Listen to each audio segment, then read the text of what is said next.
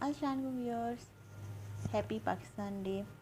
آج ایک بہت خوبصورت دن ہے 23 مارچ، اور جیسے کہ سب پاکستانی مسلمان جانتے ہیں کہ 23 مارچ کو کیا ہوا تھا، تو پہلے چل کے میں اس کی تھوڑی سی بریفنگ دوں گی کہ 23 مارچ کو کیا ہوا تھا اور کیسے کیسے ہوا تھا، پھر آگے چل کے ہم باقاعدہ ویڈیو کا آغاز کرتے ہیں۔ اب ہم آپ کو 23 مارچ 1940 کا تھوڑا سا بیک گراؤنڈ بتاتے ہیں۔ چونکہ قائد اعظم نے یہ جان لیا تھا کہ برصغیر میں مسلم اور ہندو ایک ساتھ نہیں رہ سکتے، اور وہ اس کوشش میں تھے کہ مسلمانوں کے لیے ایک الگ وطن حاصل کیا جا سکے۔ اس کے لیے اللہ تعالیٰ نے ایک وقت مقرر کیا تھا، اور بادشاہی مسجد کے ہاتھے میں لاکھوں مسلمان اکٹھے ہوئے، جہاں بنگال کے وزیر داخلہ مولوی فضل الحق نے قرارداد پیش کی۔ یہ قرارداد مسلمانوں کے لیے سنگ میل کا بنیاد رکھتی تھی۔ اس قرارداد سے مسلمانوں پہ واضح ہو گیا کہ ان کی اگلی منزل کیا ہے، اور اوپر سونے پہ سہاگا قائد اعظم جیسا عظیم لیڈر ان لوگوں کے پاس موجود تھا۔ 23 مارچ 1940 کو قائد اعظم نے 1 لاکھ مسلمانوں سے خطاب کر کے ان پہ یہ واضح کر دیا کہ ہماری اگلی منزل ہر صورت میں ایک الگ وطن کے لیے ہے، اور اس نتیجے میں یہ کوشش دن بدن زور پکڑتی جا رہی تھی۔ وہیں برصغیر میں ہندو مسلم فسادات شروع ہو گئے۔ یہ فسادات بہت شدت اختیار کرتے جا رہے تھے، لیکن قائد اعظم اور مسلمانوں پر کسی بھی صورت میں یہ گوارا نہیں تھا کہ وہ اپنے مشن سے پیچھے ہٹ سکیں۔ یہ دیکھتے ہوئے 1945 میں وائسرائے ہند نے مسلم لیگ اور دیگر جماعتوں کے مابین ایک الیکشن کروائے، جس میں مسلم لیگ کو ایک بڑی فتح حاصل ہوئی، اور یہ عظیم الفاظ پوری دنیا کے سامنے ابھر کے سامنے آئے، کیونکہ قائد اعظم چاہتے تھے کہ مسلمانوں کے لیے الگ وطن ہو جہاں ہم آزادی کے ساتھ رہ سکیں۔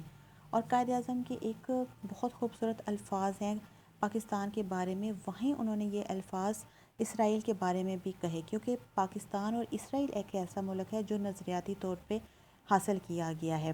پاکستان دین کے نام پر حاصل کیا گیا، اور اسرائیل ہندوت کے نام پہ۔ تو یہ تھی اس کی بیک گراؤنڈ۔ یہ تو ہم نے بتا دی آپ کو 23 مارچ 1940 کی ہسٹری کے اس دن کیا ہوا تھا۔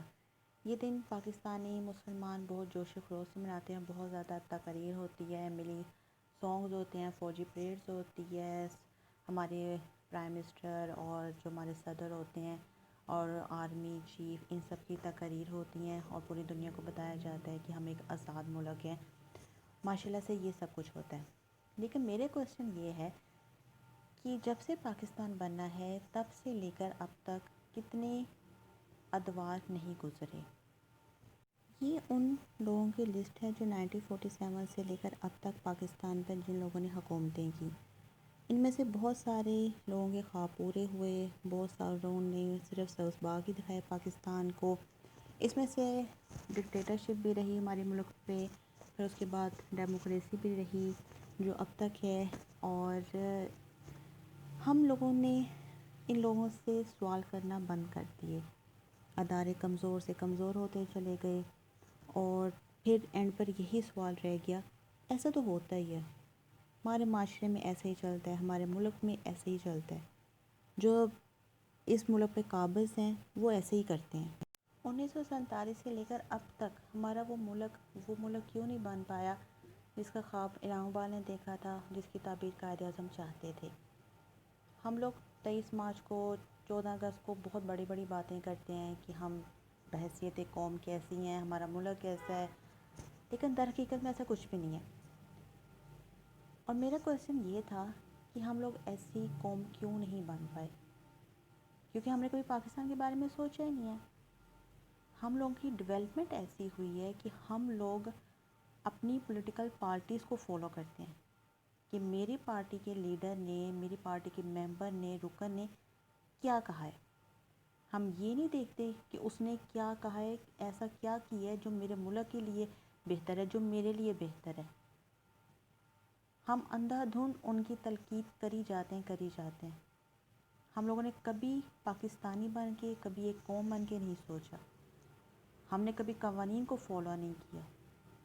اگر میرا لیڈر قوانین کو فالو نہیں کرے گا تو میں کیسے کروں گی؟ میں قوانین کو برا کہوں گی کہ ہاں بھی میرا لیڈر تو صحیح ہے، بے شک وہ جیسا بھی ہے، وہ کیوں قوانین کے کنجے میں آیا ہے، یا وہ رولز کو کیوں نہیں فالو کر رہا۔ ہمارے ملک کو کیا چاہیے؟ ڈیمز چاہیے، بجلی چاہیے، گیس چاہیے، روزگار چاہیے. اگر کوئی شجر کاری کا کہتا ہے تو میں کہتی ہوں نہیں، یہ تو اس پارٹی کے آدمی نے کہا ہے، میں کیوں کروں. میں یہ نہیں سوچتی کہ میرے ملک کے لیے بہتر ہے، ہماری آنے والی نسلوں کے لیے بہتر ہے. ہم یہ سوچتے کہ نہیں، اس پارٹی کے ممبر نے کہا ہے، اس کے لیڈر نے کہا ہے، یہ تو میں مان ہی نہیں سکتا. ایسا کیسے ہوتا ہے؟ یہ اگر میرا لیڈر کہے گا تو ٹھیک ہے.